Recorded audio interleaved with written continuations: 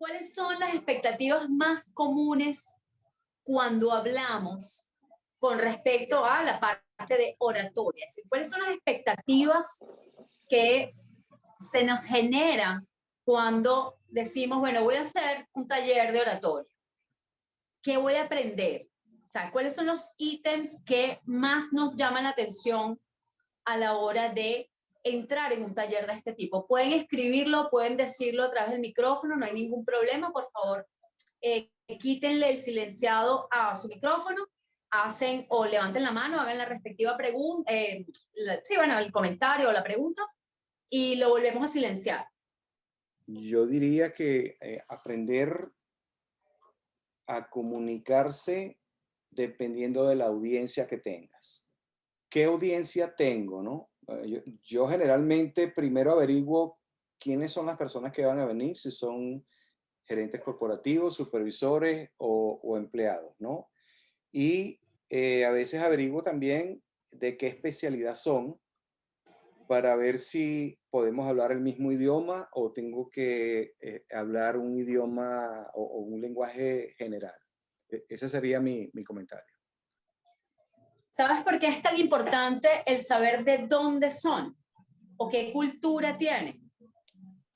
Alicia, ¿Sí? Dioselina está levantando la mano. Ya Ok, puedes hablar, dime, Dioselina. Bueno, coincido contigo, es de conocer, saber a quién le hablas. O sea, cómo llegarle a las personas que están allí y ya el mensaje que uno ya tiene prediseñado. Cuando tú vas a un taller de oratoria, ya tú vas con un tema, vas con una idea de lo que vas a exponer. Pero lo primero es cómo llego a esas personas, cómo les toca, cómo hago para llevarles el mensaje de una forma que lo entiendan, pues, que lo comprendan.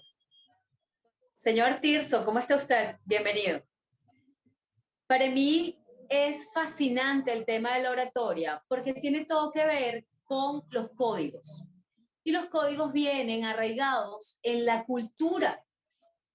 Quiero saber si ustedes estaban al tanto de que la oratoria, la dicción, la pronunciación de las palabras depende como el amor de la geografía. La oratoria tiene todo que ver, al igual que el amor, con la geografía, por una sencilla razón. Una persona, en el caso de Venezuela, que viva en los Andes, es una persona que vive a unas alturas donde el oxígeno, donde las temperaturas son absolutamente diferentes que en las costas del Zulia o del estado Vargas. Lo que puede ser vivir en Asturias o vivir en Málaga. Es totalmente diferente. El aire que respiramos va a determinar la manera como respiramos y por ende la forma en la que nos comunicamos. Eso es esencial. Una persona que vive en una montaña, en un clima frío, con unas temperaturas muy bajas, necesita respirar y que pase lentamente ese aire a través de su cuerpo, de su respiración, de sus pulmones, para poder impulsar el diafragma con aire caliente y poder hablar. Por ende, hablan más lento, son muy pausados, pronuncian un poco más claro que personas que viven en la costa, que respiran un aire caliente y que no tienen la necesidad a través de su sistema respiratorio de calentar el aire que respiran, por ende van a hablar mucho más rápido. Una persona que vive en Irak va a hablar mucho más rápido que una persona que vive, o sea, en la Antártida. Es totalmente diferente por algo tan sencillo como la temperatura del aire que respiramos. Entonces, queda el primer paradigma allí bien clarito. El amor y la comunicación tienen todo que ver con la geografía. ¿Qué es lo que percibimos a primera vista cuando queremos comunicarnos con la otra persona? ¿Qué es lo primero con lo que yo me encuentro? Yo creo que el acento, eso que dijiste también, la velocidad con que habla la persona, yo creo que son las dos primeras cosas y dijiste algo sumamente importante que yo no sabía, eso de la temperatura y eso, y para la apreciación en el lenguaje corporal, si yo estoy, por ejemplo, si hay una amenaza de bomba y todo eso que nosotros que trabajamos en seguridad, pero la amenaza es por teléfono, es esa velocidad me puede decir, bueno, es de un área caliente o de un área fría, si es pausado y todo eso, y eso es sumamente valioso en la investigación. Bueno, algo que a mí me encanta decir son palabras de José Luis Parise, es un argentino. Él dice, el logos es la palabra. Y obviamente el universo parte de allí. Porque, está textualmente, abro comillas, porque ni Dios pudo evitarse ese paso. La creación vino a partir de lo que algunos dicen que es un om, otros dicen hágase la luz. Pero la comunicación fue lo primero que existió antes que la presencia de la vida en el universo. Entonces, comprendamos a partir de allí la importancia de la comunicación. Comunicación igual creación. No se puede crear vínculos, no se pueden concretar ideas, no se pueden expresar emociones si no hablamos. ¿Qué quiero decir? ¿Cómo lo quiero decir? ¿Cuándo lo quiero decir? Es el trabajo estratégico de la comunicación. Y allí es donde empezamos a estudiar el discurso. Depende de a quién vamos dirigidos, cuál es el efecto que queremos lograr en nuestra comunicación, y allí generamos la estructura del mensaje. Eso debe partir de un trabajo investigativo, debe partir de un análisis técnico de qué voy a hacer y cómo lo voy a hacer. El tema es cuando nuestra vocalización no es correcta, cuando nuestra dicción no es correcta. Como nos ven, nos tratan. Y si nos ven mal, nos maltratan. Si estamos hablando de niveles gerenciales o tenemos aspiraciones a niveles gerenciales o directivos, es muy importante que valoremos la primera impresión. Y la primera impresión es nuestra primera impresión. El autoconcepto, el cómo me percibo, cómo me escucho y trabajar a partir de allí. Si yo deseo ser tomado o tomada en cuenta para un cargo directivo, para un cargo gerencial, yo debo saber expresar un proyecto.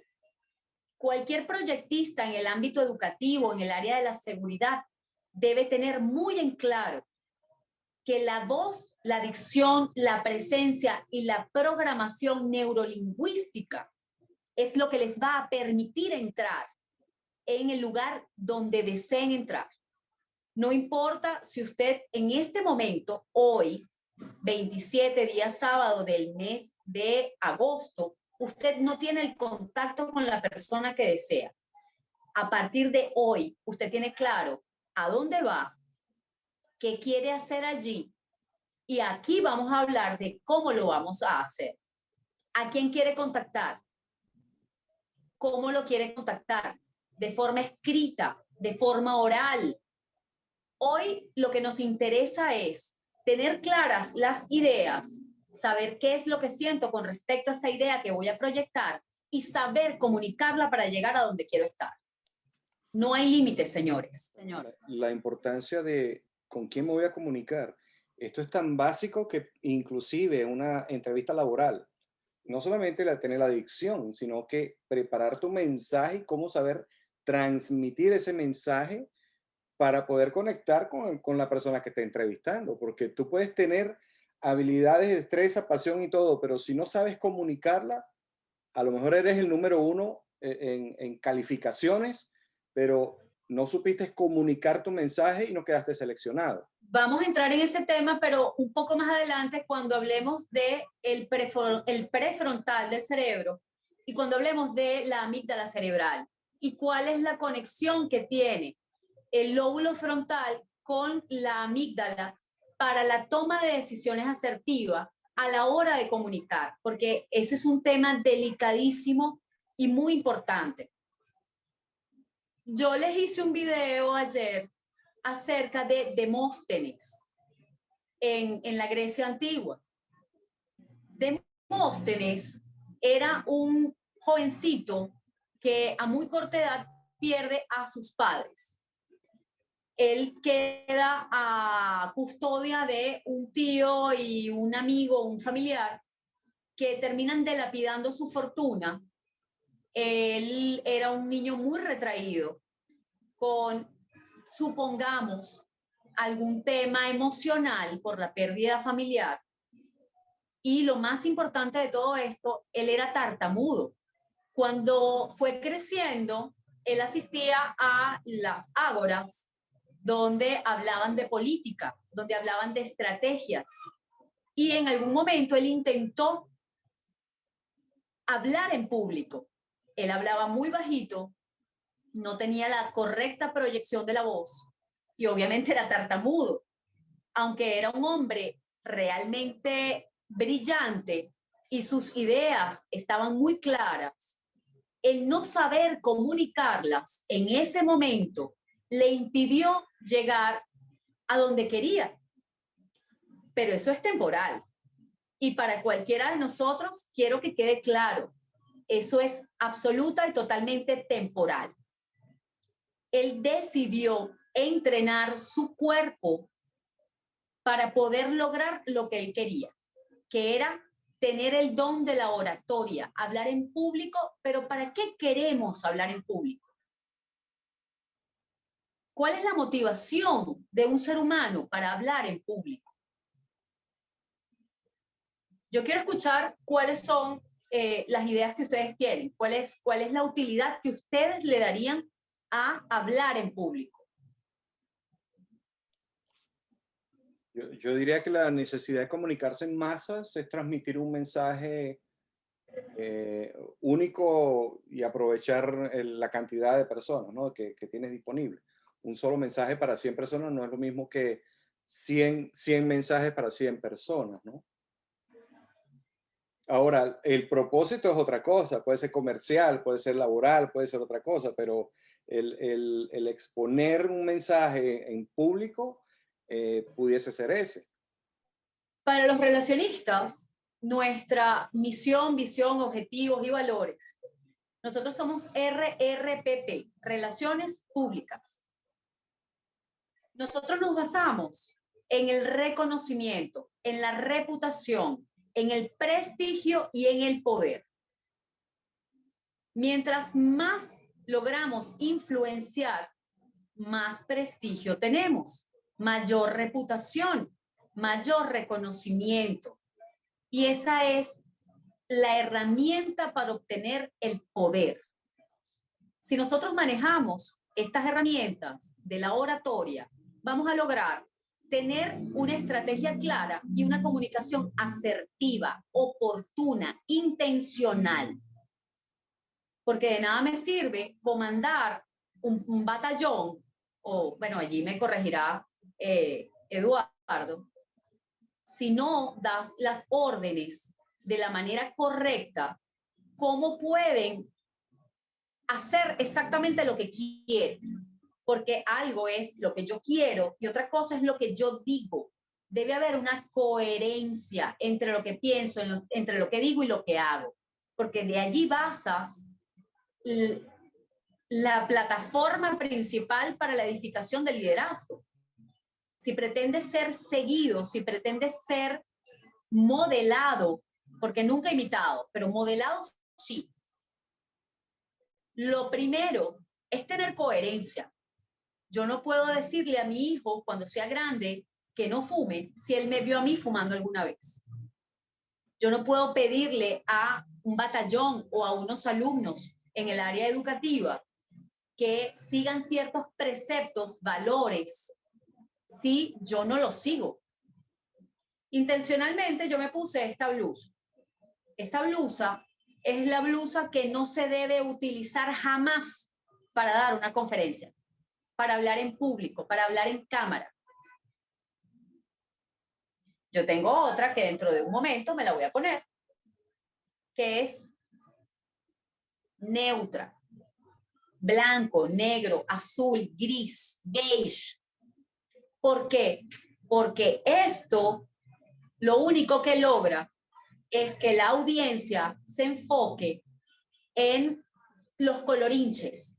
Y si además es una presentación en vivo y yo estoy constantemente moviéndome, lo único que voy a causar es náuseas, una baja de tensión en alguien. Y si además mi contenido no es lo suficientemente valioso, en 5 minutos pierdes la atención de alguien. Si está obligado a estar.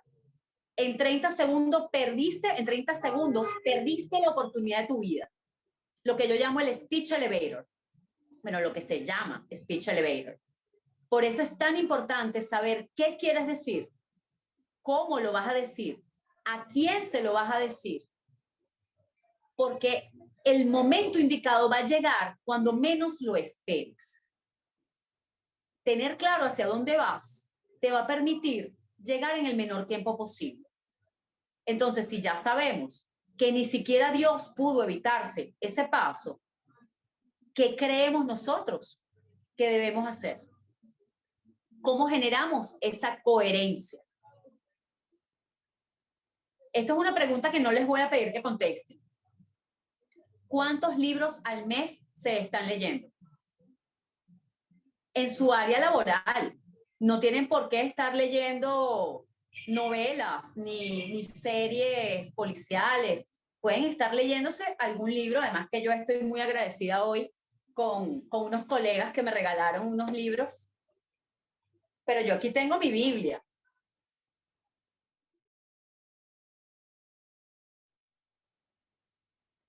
Si tú quieres llegar a un punto, de un punto A a un punto B, tú debes tener claro cuál es el código. Porque si tú no hablas en el código correcto, la otra persona a la que quieres llegar no te va a entender.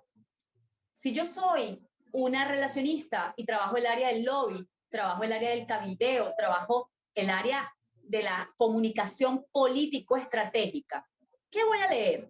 ¿Novela rosa? Obviamente yo leo elementos de la política, de la teoría política. Leo el manual de las ciencias políticas. Empezamos el cambio. Psicocontrol.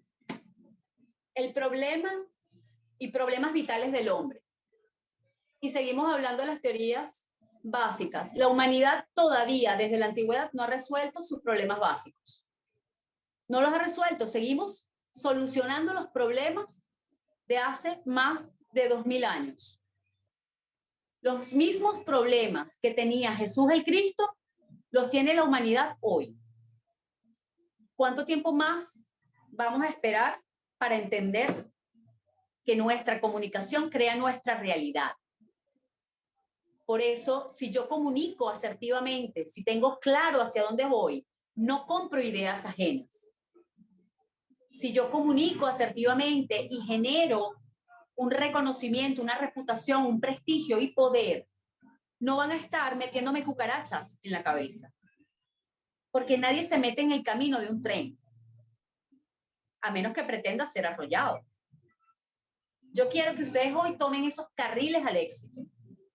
Yo quiero que ustedes empiecen a construir sus vías del tren y entiendan que el tren son ustedes. Pero para eso hay que entrenarse.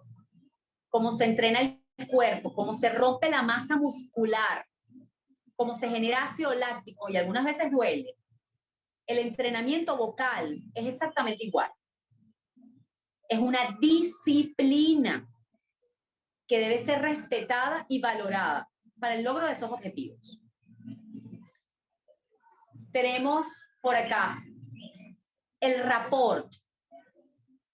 Si yo quiero generar rapport, señor Tirso, yo no hablo el código militar ni policial. ¿Cómo le llamo yo a usted? ¿Cuál es el rango o cómo prefiere usted que yo le llame a usted? Buenas tardes, todo saludo y mi respeto. Normal, señor Tirso.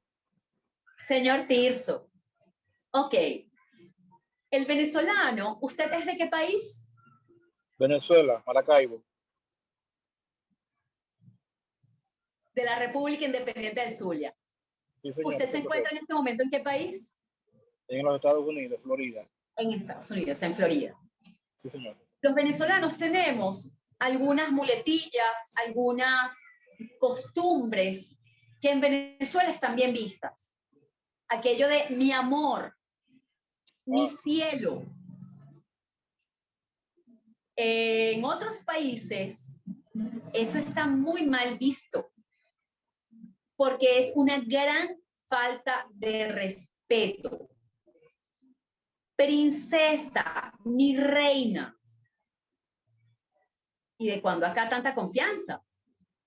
Debemos respetar las distancias y generar una conversación que nos permita tener rapport, que nos permita generar no solo empatía, porque el cerebro necesita solo 7 segundos para tener una imagen subconsciente de la otra persona. Solo con mirarla 7 segundos, ya nosotros tenemos una estructura de, para mí, de forma subjetiva, desde el plano quizás defensivo de nuestro cerebro, ¿quién es la otra persona? La idea es que entendamos que no podemos abordar a nadie sin tener ciertas normas de ceremonial y protocolo. Alicia, eso que dijiste es tan importante, la compenetración, para los que no entienden la traducción de la palabra rapport. Significa compenetración. ¿Cómo me compenetro yo? Y hay una frase que dice, no hay una segunda oportunidad para una buena primera impresión. Para una primera buena impresión.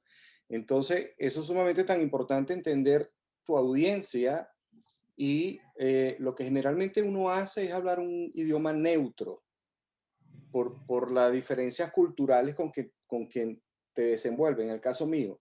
Y una de las cosas que aprendí, por ejemplo, de México, es que ellos, a los profesionales les gusta que les digas ingeniero, maestro, doctor o licenciado.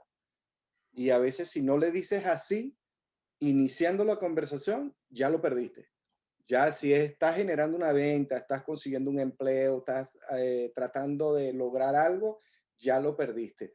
Y eso que dijiste también es sumamente importante. El exceso de confianza en una conversación inicial, sobre todo si es laboral, hemos visto también muchas veces en la parte de los muchachos que son escoltas, donde el escolta le dice esa palabra que acabas de decir a una mujer que está protegiendo.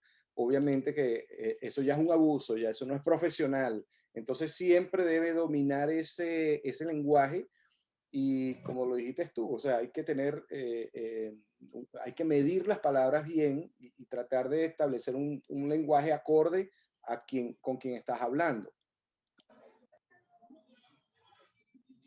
Bueno, además del rapport, yo quiero que me digan ustedes, aquí sí quiero que ustedes me comenten, ¿cuántos de ustedes ya han practicado la escucha activa para entrar en materia más fuerte, en el plato más sabroso?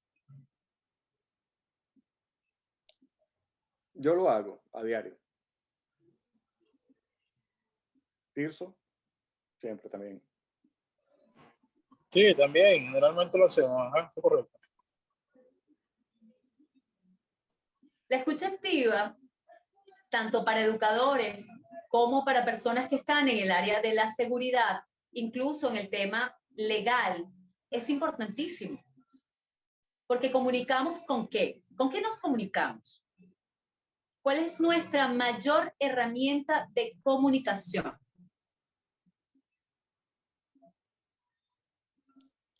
Bueno, la voz, ¿no? Y el cuerpo. 7% es la voz. Ok, el cuerpo.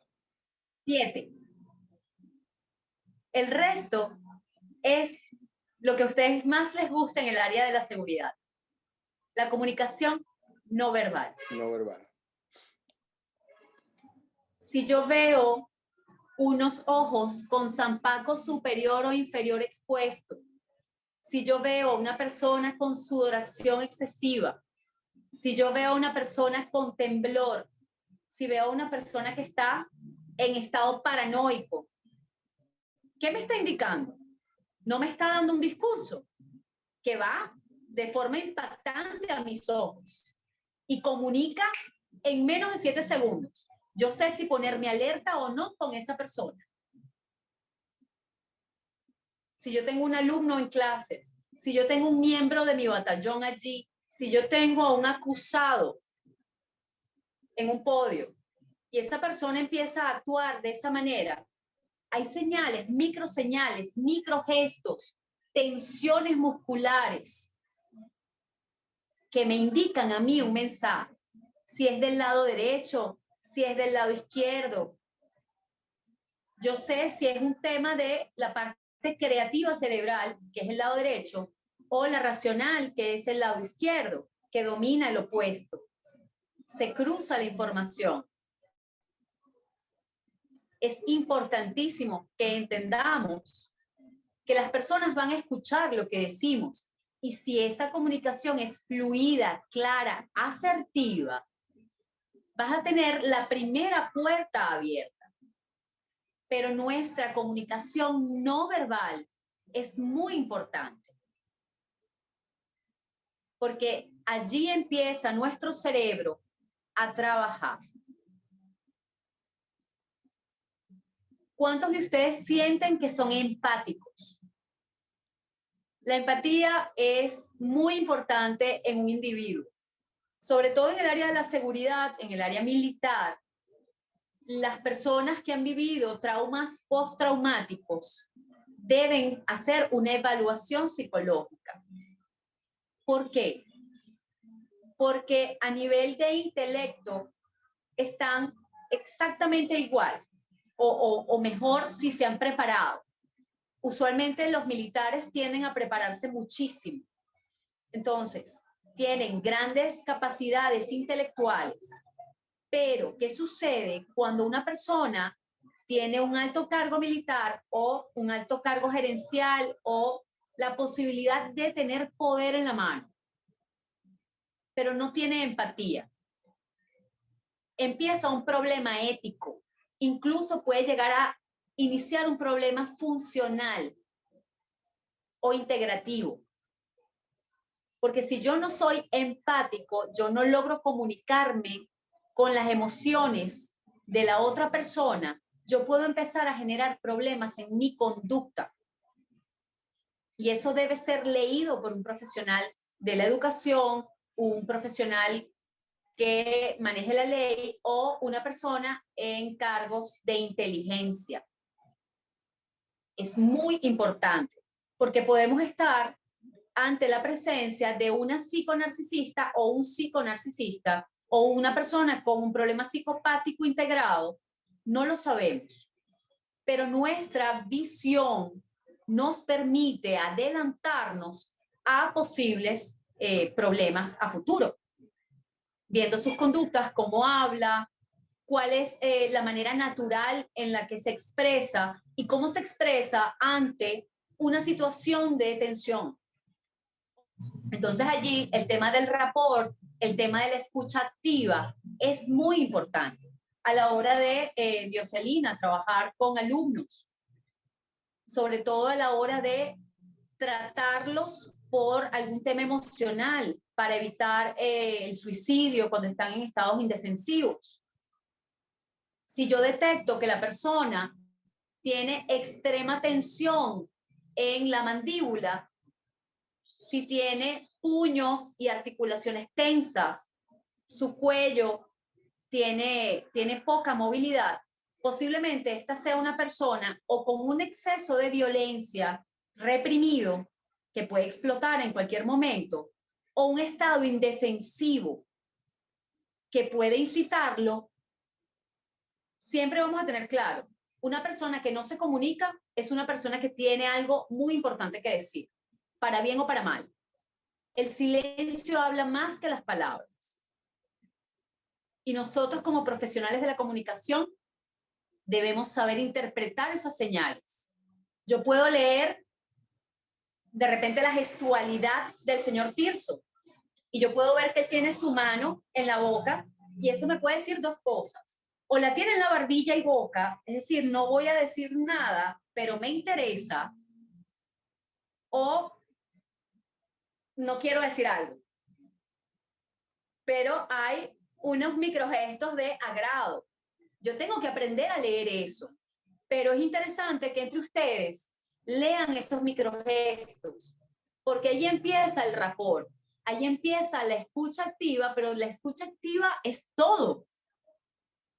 Es leer la comunicación verbal y no verbal. Por acá les tengo un escrito. La pérdida del poder de la palabra se debe a la incorrecta utilización del aire y la ignorancia de la mecánica del diafragma. Porque muchas veces hablamos muy bien, tenemos la idea muy clara, pero ¿qué sucede? Pierdo el aire muy rápido. Y eso me impide hablar correctamente. Entonces, tener claro cuál es el entorno en el que me estoy desarrollando, saber si el aire que respiro es muy frío o por el contrario es cálido, pero con más razón yo debo generar una disciplina de respiración, porque si yo me quedo hablando una hora, como es casi, ya van a ser las 8 de la noche y todavía queda material. Si yo no respiro, si yo no ensayo, no practico constantemente mi respiración, yo no podría hablar ni siquiera media hora corrida. Porque estoy dañando mi herramienta principal. Las cuerdas vocales. Voy a tener un problema. Y si yo esto lo hago todos los días y no tengo el entrenamiento correcto, me voy a quedar afónica o disfónica. Y eso es pérdida de tiempo y de dinero. Sobre todo en el área de la seguridad, en el área militar. Bueno, los educadores y los abogados, porque es el grupo que tengo acá. Es tan importante cuidar la herramienta porque dependemos de lo que decimos y del cómo lo decimos. Porque además, esa es otro de los ítems importantes. No es lo que dices, es cómo lo dices y cómo eres interpretado. Porque yo puedo generar resistencia a lo que digo solo por haberlo dicho de la manera incorrecta. Tus consejos más importantes para desarrollar una comunicación que impacte mi audiencia. La audiencia primero va a ver tu corporalidad. Y algo interesante, tanto en persona como vía online, el manejo del espacio es muy importante. La verbalización es importante. El tono de voz que utilizamos es importante. Nuestra respiración nos va a permitir ampliar nuestra expresión con seguridad porque no me voy a quedar sin aire. Y allí, a partir de esa base, vamos a poder generar carisma. ¿Pero cómo se genera el carisma? Con vehemencia. Ser vehementes a la hora de hablar. Tener entusiasmo, conocimiento del tema. Además, yo estoy aquí, aunque sea en mi teléfono, yo estoy viéndolos a los ojos. Yo estoy buscando ¿Cuáles son sus facciones? ¿Cómo están reaccionando a mi contenido? Cuando yo estoy en una tarima es exactamente igual. En alguna oportunidad, la luz no nos va a permitir verle el rostro directamente a las personas con las que hablamos.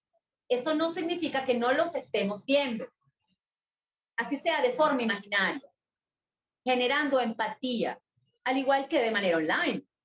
Yo estoy aquí hablándote a ti, estoy hablándote a ti, pero yo tengo mi mirada clara, mi expresión tranquila, mi pronunciación lo más clara que puedo y tener entusiasmo, motivación. Un discurso no puede ser una metralleta disparando palabras. Yo debo también generar reflexión en la audiencia. Yo debo comprender que una persona que tiene una hora sentada escuchándome no va a aguantar si yo simplemente estoy así. Hablar con vehemencia, con fuerza y energía, disgregando del contenido expuesto en los conocimientos de la audiencia. Si el orador transmite conocimiento y el manejo del tema, la percepción del público será de estar enfrente. No se entiende nada, señores. No hay rapport, no estoy escuchándome. Cuando hablamos, en nuestro cerebro se activa la zona del habla, pero dicen que no se activa la zona de la escucha. Y eso es muy peligroso. Porque si yo no me escucho, si yo no me comprendo, posiblemente quienes tenemos frente a nosotros tampoco. Debemos ser extremadamente cuidadosos a la hora de hablar y escuchar nuestras palabras para conectar con las emociones de la audiencia. Tener la planificación estratégica del discurso que se va a dar, si es una presentación de negocios, si es una presentación educativa o en el área de la seguridad. Nuestra entonación, nuestra musicalidad a la hora de hablar es muy importante, porque es exactamente igual que los latidos de un corazón, arriba, abajo, diástole y sístole. La voz es exactamente igual, tiene un ritmo y eso nos permite generar en la audiencia algunas pausas, generar silencios para la reflexión, nos permite generar empatía. Pero cuando yo quiero motivar, yo subo un poquito, no, ni siquiera tengo que gritar, no es necesario gritar, pero puedo aumentar mi frecuencia, puedo aumentar la rapidez y eso va a generar interés en la audiencia.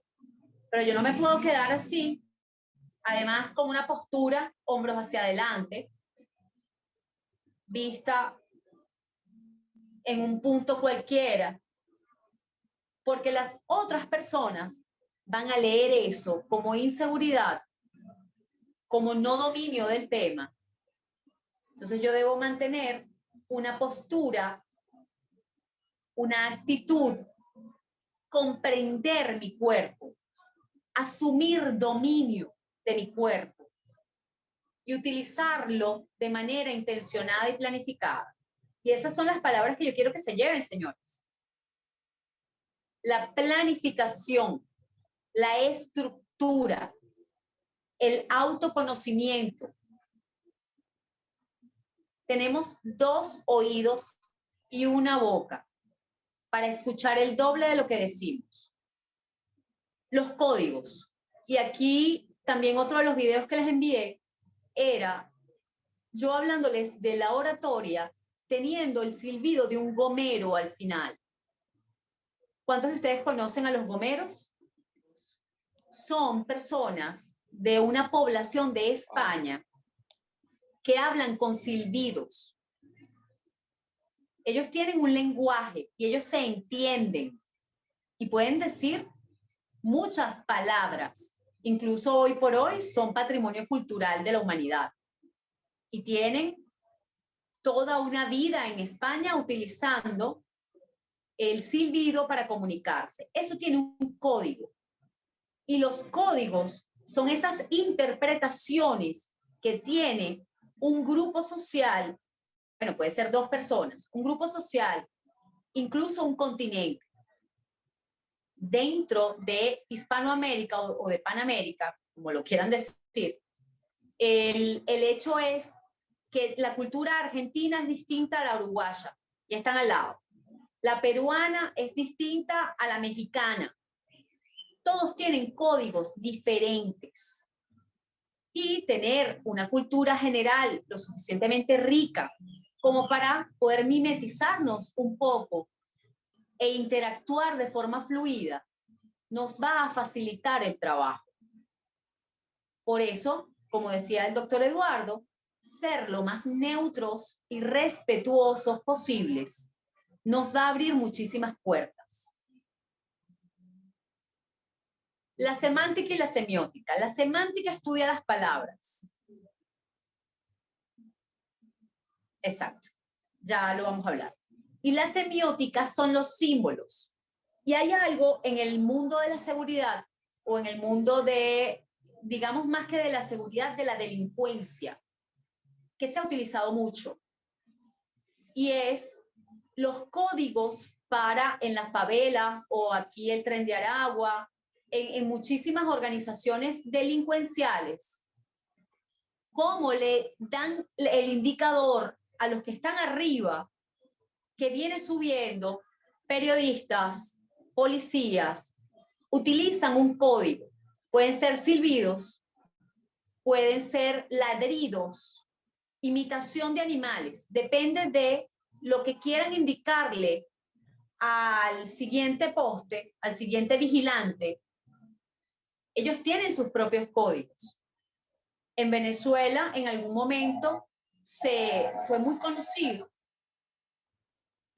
el hecho de que bajando Guatire tenían lo que ellos llaman neveras, lugares de enfriamiento de secuestrados. Y tenían muchos niños alrededor. Cuando venía la policía, los niñitos hacían sonidos de animales. Y ellos ya identificaban que la policía venía para movilizar de una nevera a otra a un secuestrado. Esos son códigos. Y debemos mantenernos actualizados para poder ejercer acciones concretas ante eso. Al igual que en la policía, ustedes usan números. Todo tiene que ser claramente definido. Y entender el código y saberlo expresar a otros para que esa información llegue sin desviaciones, para que el mensaje que envió A sea recibido por B. Doctor Eduardo, ¿me repite por favor su pregunta? ¿Cómo debe prepararse un individuo para hablar en público antes? ¿Y cuál es la diferencia entre comunicarse con varias personas en público Que en privado. que en privado con una sola persona, una entrevista laboral, por ejemplo? Cuando estamos hablando con muchísimas personas, la elocuencia debe ser mayor, como lo haría un actor, interpretar a un personaje. Algunas personas le pueden llamar un alter ego, otras personas simplemente un área de la personalidad. Los individuos, ninguno es único. Ninguno. Lo dice Jung, lo dice Freud. Tenemos muchas caras y nuestro proceso cultural nos ha permitido adaptarnos a cada una de esas circunstancias que se nos presentan. Yo puedo hablar con mi hijo o con mi madre de una manera y ese es el código que manejamos. Pero en el ámbito laboral tiene que haber otras formas. A menos que yo sea de la realeza y es súper estricto y no importa si estás en público o en privado, la comunicación debe ser la misma. El ceremonial y el protocolo debe respetarse. Pero cuando se trata de seres humanos sin necesidades extremas de ceremonial y protocolo, podemos ser flexibles a la hora de hablar en privado sin llegar a la confianza.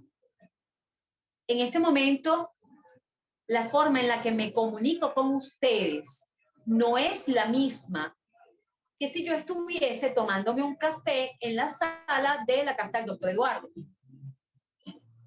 Podríamos bajar un poco el tono, relajar un poco los hombros. Estaríamos igual sentados de manera recta, porque yo no me voy a ir al sofá de la casa del señor Eduardo, al lado de la esposa del señor Eduardo, a sentarme así. Sí, porque tú sabes que... Porque no importa si yo tengo cierto nivel de confianza, si yo no quiero perder esa confianza, yo no puedo romperla. Porque eso es un jarrón que después de que se cae, no hay forma de que vuelva a su estado original. Hay gestos universales. Hay gestos que son culturales. Los asiáticos usualmente no tienen mucha expresión facial, a diferencia de un español o de un americano. Debemos saber identificar esas expresiones clásicas de la cultura. Un bostezo que nos indica que esa persona tiene hambre, que esa persona puede tener frío o que esa persona está aburrida. Pero no es necesariamente una sola respuesta. Puede ser que esa persona ha pasado todo el día trabajando y llega a su casa a esta hora de la noche a capacitarse. Entonces debemos saber interpretar. Debemos entender también de la flexibilidad. Y ahí empieza el rapport de nuevo. Seguimos hablando de lo mismo. Ser empáticos, comunicación asertiva, disposición, motivación y sobre todo respeto por el otro.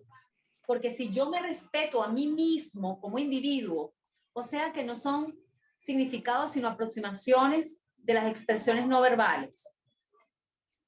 Una persona que está constantemente tocándose una nariz, a ver, cuando se está frente a un público de unas 400 personas, la mirada, mientras, ¿me repites la pregunta, por favor, que no la pude leer completa? ¿Cómo hago para preparar? Hay ejercicios. Okay. Hay ejercicios. Primero, uno de los ejercicios básicos es, lo puedes hacer con manos o con pies. Un vaso de agua fría o un envase de agua fría y un envase de agua caliente. Obviamente no muy caliente, pero sí lo suficiente para que el choque se sienta. Puedes colocarlo en manos o en pies y dejar las manos y los pies dentro de los dos envases. Una mano en el agua fría, una mano en el agua caliente. Se van a empezar a activar los dos lóbulos cerebrales. Eso nos va a permitir hacer algunas conexiones que el cerebro no está acostumbrado a hacer, al igual que ejercicios. Cambiar, yo en esto sí soy un poco mala, abrimos y hacemos exactamente la misma señal, pero al contrario. Y hacer este ejercicio nos ayuda, sí, estos ejercicios nos permiten trabajar los dos lóbulos cerebrales y eso nos va permitiendo salir de esos pequeños inconvenientes a la hora de hablar. Pero no hay nada, no hay ejercicio que supere el hablar, el arriesgarse. Yo les pregunto a ustedes, ¿ustedes creen que yo en este momento siento temor al hablar? ¿Ustedes sienten que yo no domino el tema al hablar? Yo creo que sí lo domina. Yo domino el tema. No significa que no tenga temor. Exacto. Yo a ninguno de ustedes lo conozco. Yo tengo un respeto por ustedes. Y obviamente soy un ser humano, empática, con emociones sanas, y yo tengo un vacío en el estómago. Eso no es un problema. Un problema es que eso suceda y yo no me atreva a hablar. Una persona valiente no es la que no siente miedo. Es la que aún con miedo se atreve a hacer. Y ahí entramos en temas de la indefensión. Una persona que empieza a tener problemas emocionales u hormonales tiene problemas con sus péptidos, usualmente va a tener ese tipo de barreras. Hay que tener cuidado, muchísimo cuidado, porque eso puede ser un indicativo de violencia intrafamiliar. Eso puede ser un indicativo de un trauma de infancia, el área de la oratoria, de la expresión verbal y no verbal, de hacernos conscientes de nuestro cuerpo, de la autopercepción para el trabajo del liderazgo y fortaleciendo la herramienta del habla. Algo que también es importante es romper paradigmas. Esas creencias que decimos que son inamovibles. No hay nada, ni siquiera científico, que sea inamovible. Las teorías de Einstein hoy están siendo refutadas. Atreverse, cometer errores, hoy puede significar tener grandes éxitos mañana. Y es muy importante asumir el compromiso propio de expresar nuestras ideas, buscar la manera más asertiva de hacerlo, porque si yo toco la puerta de mi jefe y le digo, necesito hablar con usted, posiblemente nos va a decir que sí, que pasemos, pero ya va a haber una barrera. Cualquier idea que usted le diga después de eso va a ser ignorada. Y allí empezamos con la programación neurolingüística.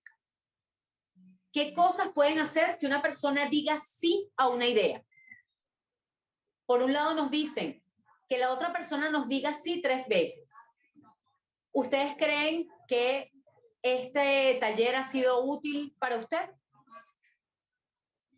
¿Cuántos de ustedes creen que este taller ha sido útil o que han aprendido algo o escucharon algo que no sabían? A tener un segundo nivel de este taller mucho más profundo, hablando de la neurología de la comunicación o programación neurolingüística para el logro de un objetivo. ¿Cuántos de ustedes estarían? Bueno, por acá ya me dijeron sí.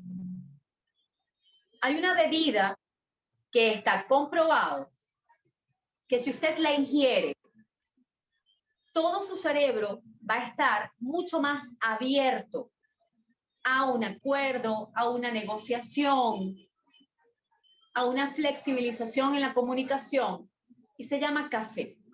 Hay religiones incluso que prohíben la toma de té y de café. Primero porque son bebidas que son fáciles de ocultar venenos por su aroma.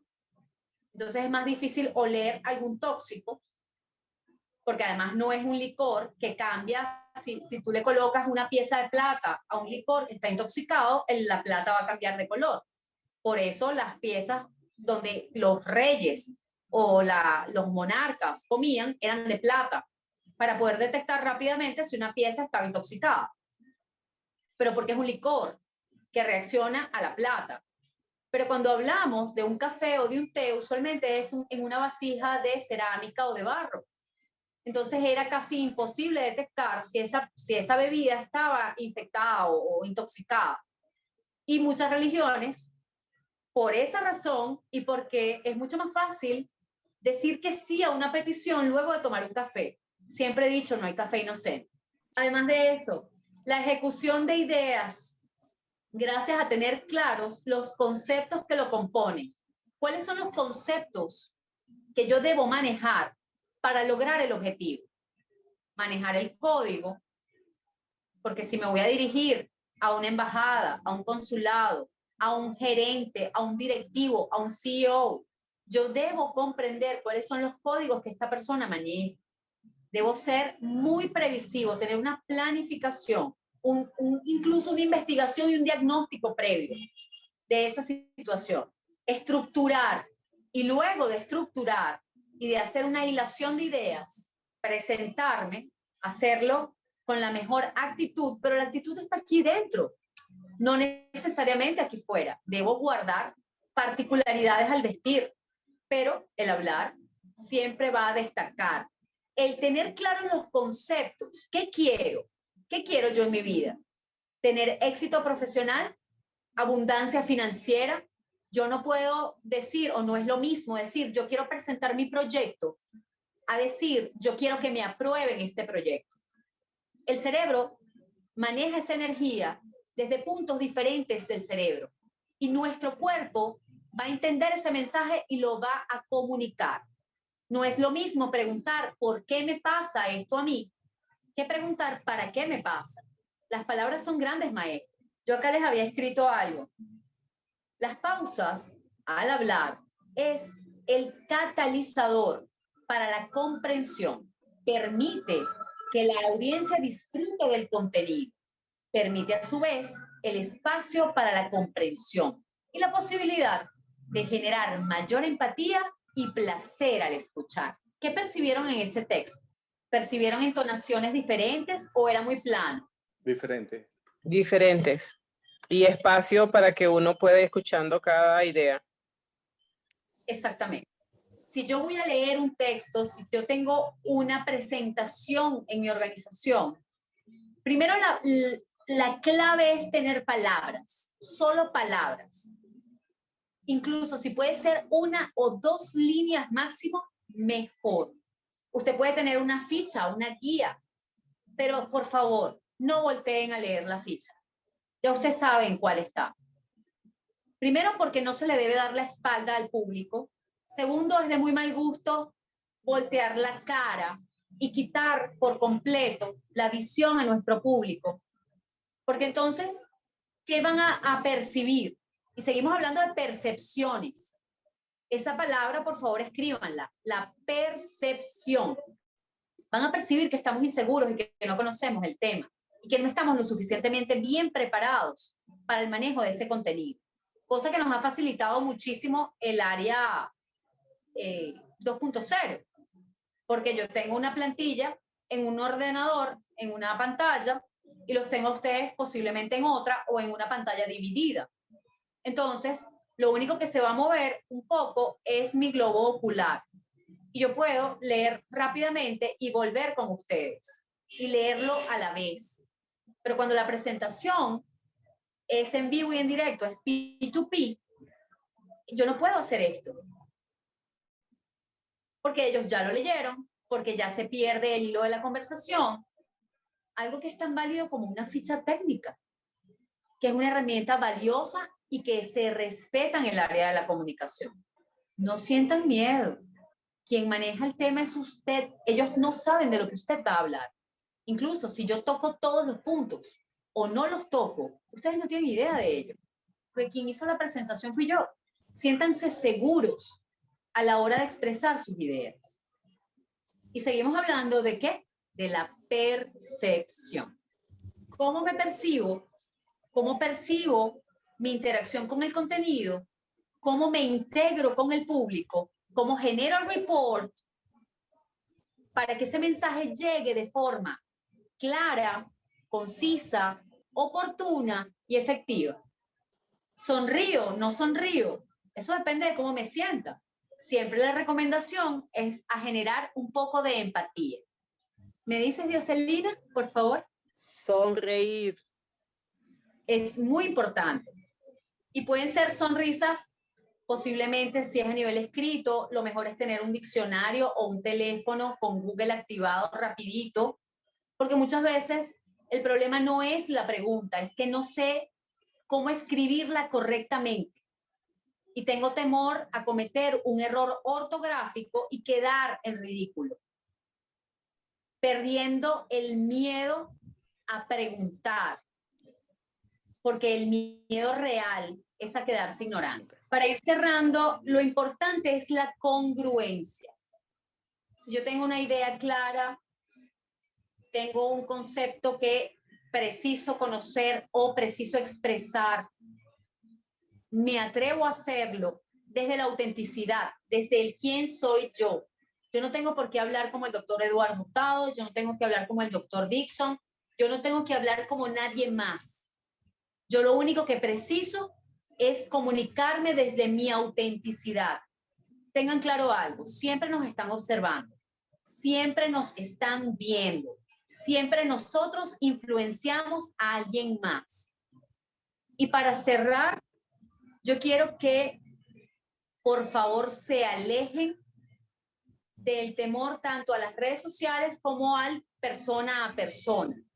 porque es muy importante el contacto humano, sea en persona o sea virtual. Ningún individuo es una isla. Todos necesitamos comunicarnos. Los seres somos comunicativos. Desde los 9 meses dentro del vientre materno, mentira, desde los 4 meses en el vientre materno, un individuo escucha. Cuidado a quien quiero modelar. Yo tengo que cuidar mi conducta, cuidar mi manera de expresarme, porque en este momento las sociedades líquidas son supremamente inestables. Entonces, para cerrar, muchas veces, tanto profesores, personal de seguridad, incluso abogados, jueces y fiscales, en este momento están viviendo estados indefensivos, porque tanto en Estados Unidos como en Argentina, todo el continente, sin hablar de Europa, Asia, Oceanía y la Antártida, estamos viviendo una realidad de indefensión. Hay laboratorios sociales que nos están llevando a altos niveles de estrés, de ansiedad, y eso debe ser observado. Si tú no puedes medir algo, no lo puedes controlar.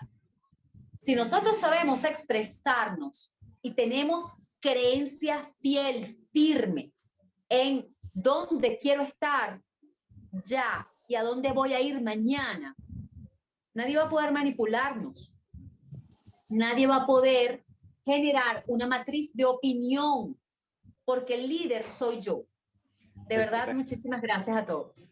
Excelente, excelente. Eso me hizo acordar de lo que es la ingeniería social.